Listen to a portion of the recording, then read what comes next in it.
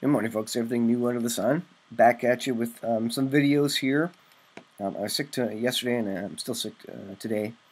Well, that's okay. We'll take a look at a number of headlines that I think are very prophetically significant. And as we continue to watch each day, we can see that the return of the Lord is getting closer.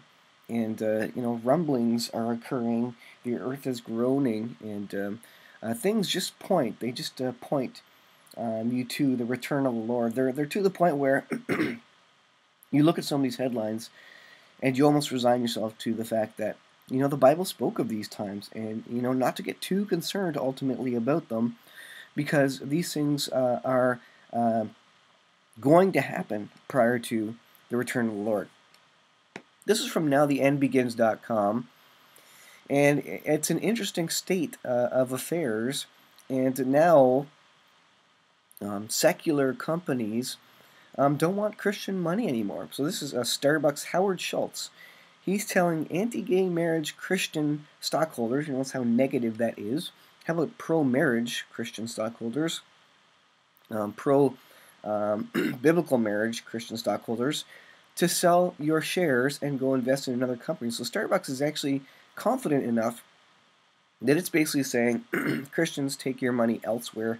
We don't want your money anymore. And that's a big statement in the U.S. A country that is very overtly Christian in a lot of ways, and outspokenly so. And so we have this major company in the U.S. Saying they don't want Christian money anymore. Starbucks hates Christians and doesn't want your business, it said. Starbucks CEO Schultz has a message for Christians everywhere, and it's simple. If you don't like gay marriage, then sell your shares and get out. And he had no problem saying this as he addressed concerns by Christian employees, nonetheless, at the annual shareholders meeting. That's incredible that he is absolutely dissing, Christian employees and saying, we don't care about you, get out. And how many more companies are going to start saying this about Christians, saying, you know what, if you're a Christian, you're too controversial, you're going to stir up trouble in our company. So we don't want Christians anymore, and they're going to start, firing people, and you may lose your job for your faith. And to be absolutely honest, I kind of expect that and see that coming down the line.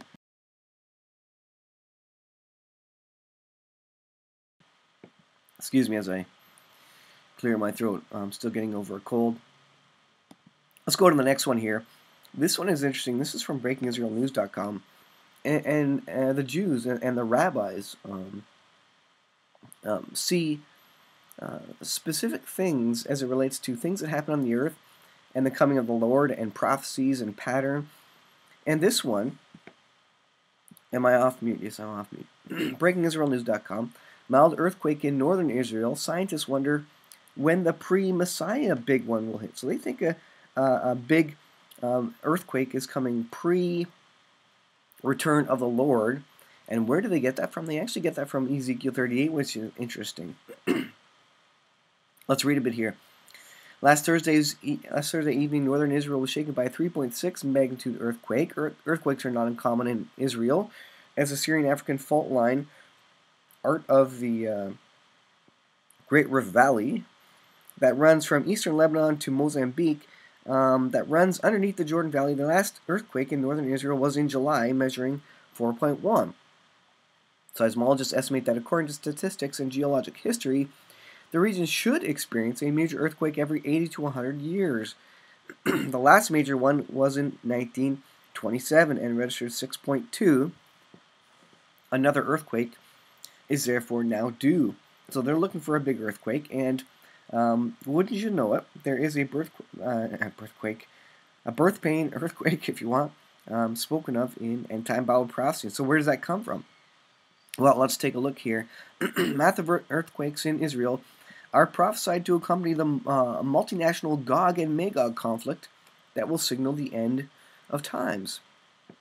Ezekiel 38 says, on that day when Gog sets foot on the soil of Israel, declares Hashem, my raging anger shall flare up, for I have decreed in my indignation and in my blazing wrath. On that day a terrible earthquake shall befall the land of Israel. The fish of the sea and the birds of the sky, the beasts of the field, all creeping things that move on the ground, and every human being on earth shall quake before me. Mountains shall be overthrown, cliffs shall topple, and every wall shall crumble to the ground. Ezekiel 38, 8-18. And remember, we see this coming soon. We see the nations lined up right now.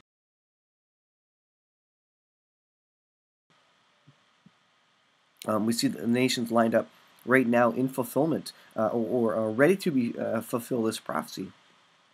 Rabbi Haim Shvili, a 20th century Jewish mystic, described precisely how the earthquakes will play out as he understands. Rabbi Shvili's book of predictions concerning the Messiah was published in 1935. He assessed that these earthquakes will come during the holiday of Sukkot, coinciding with the war of Gog and Magog. Shvili noted that the seismic activity will specifically target Muslim and Christian sites, destroying pagan temples and monuments to foreign gods throughout Israel. It says these earthquakes will be so severe as to cause geographic changes in the Temple Mount. That's interesting. Requiring construction of an entirely new city.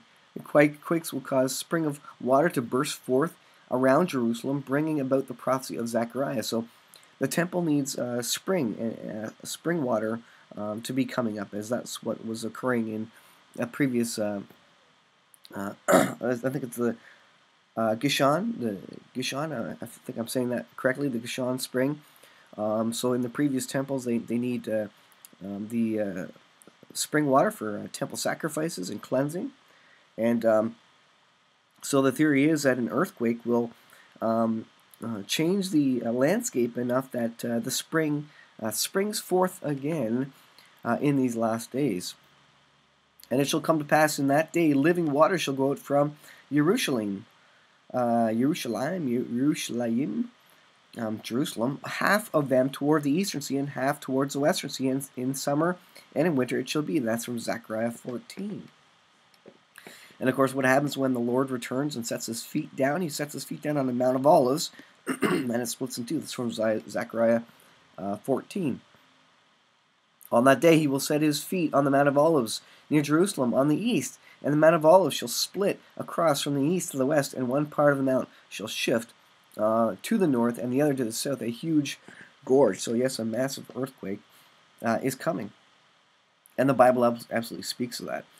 So that's very, very interesting stuff. You don't take it as inspired scriptures by any stretch, but it's interesting that their mystics are also understanding similar sorts of scriptures, and the fact that those scriptures are coming to pass soon. Quick look at a couple other ones. Breaking Israel news. Iran demands Russian protection from Israel and Syria, but Russia says they are protecting Israel. But are they? So Iran is asking Russia to provide S-300 air protection, air defense over Syria, basically to stop all Israeli incursions. But Russia is still, at least outwardly, saying that they are generally cooperating, working with Israel, because they know that Israel needs to take out some of Iran's weapons, and Russia doesn't like that Iran has weapons in Syria. And so Russia is generally covertly playing along with Israel's strikes, although they don't want Israel to do too much in terms of brazen strikes, and they'll come out and speak to those. But if Israel keeps the status quo and does kind of covert, undercover strikes, then Russia's not going to do much about it. On Thursday, the head of Iranian Parliament's National Security and Foreign Policy Committee expressed anger on Thursday at Russia for not using their advanced S-300 anti-air defense to protect Iranian military assets from Israeli strikes that devastated them earlier in the week. And it says, if the Russian air defense worked properly, Israel will not be able to easily launch strikes over Syria. And we have news coming out of Russia that indeed Russia is, at this point in time, still protecting and still watching over the security of Israel. But interesting that Iran is coming out and now openly blaming Russia for deactivating S-300 or letting Israel get by the S-300. And again, Russia's coming out and basically saying that they support the security of Israel, so they're going to allow Israel to go in there for the time being to do what they need to do to ensure their safety, which is an interesting situation. Here is an express.co.uk. World War III resistance axis of Iran and Hezbollah planning for war with Israel. It says Hezbollah has warned it could team up with Iran and Syria to bomb Israel and is already planning for the next war, the Lebanese group leader said, ramping up tensions in the region further. So Nasrallah says they're getting ready for war, their group. Iran has said not only are they ready for war, but they're ready for war. They're ready to push Israel into the sea. They're ready to destroy Israel. And so you have all these groups around basically saying, we're ready to go. Nasrallah said Hezbollah made his comments as he responded for the first time to Israel's discovery of tunnels dug into Israeli territory from Lebanon by claiming the organization had for years been able to enter Israel. Israel's unveiling of what it called Hezbollah's attack tunnels last month, and Lebanon's accusation that Israeli border barrier crosses into its territory have increased tensions. It says Israel regards Iran as its biggest foe and Hezbollah as the main threat, being a direct proxy of Iran against Israel.